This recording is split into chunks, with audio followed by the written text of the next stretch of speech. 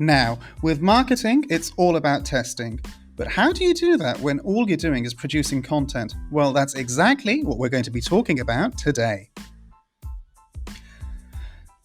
So, you'll be familiar with A/B testing, and for those of you who are not, let me just take you a quick second to explain. So essentially, you have an advert, very simple, and it's the same advert, so it's the same image. Basically, the advert is a headline, an image, and some text at the bottom.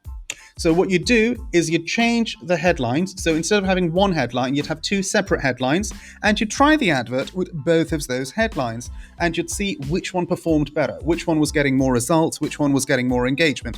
And essentially, this is what's known as an A/B test, or some people also refer to it as a split test.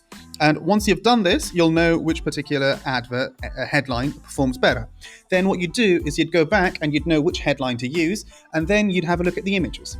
And so instead of just having one image, you'd split test between two separate images. Everything else is the same, so we've got the same headline, we've got the same text at the bottom, but the image is different, and we're testing with that to see which performs better.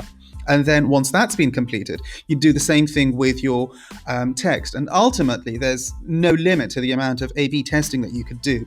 But why would that be relevant, and why would you include that in your social media posts? So say, for example, you've got a particular post, so it's got a headline, it's got an image, and you've got some text at the bottom.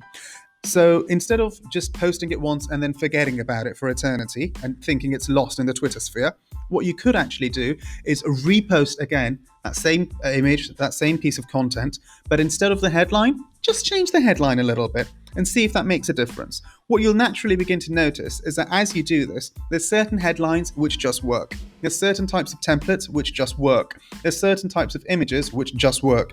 And the more you split test, the more you work your way through this, the more they'll become apparent to you. And you'll begin to realize, oh, so this is the type of content which my audience is preferring. And then what would happen is over time, you'll naturally find with the direction of the audience is wanting to go into, and you'll naturally find the types of content that they find familiar and appealing to them.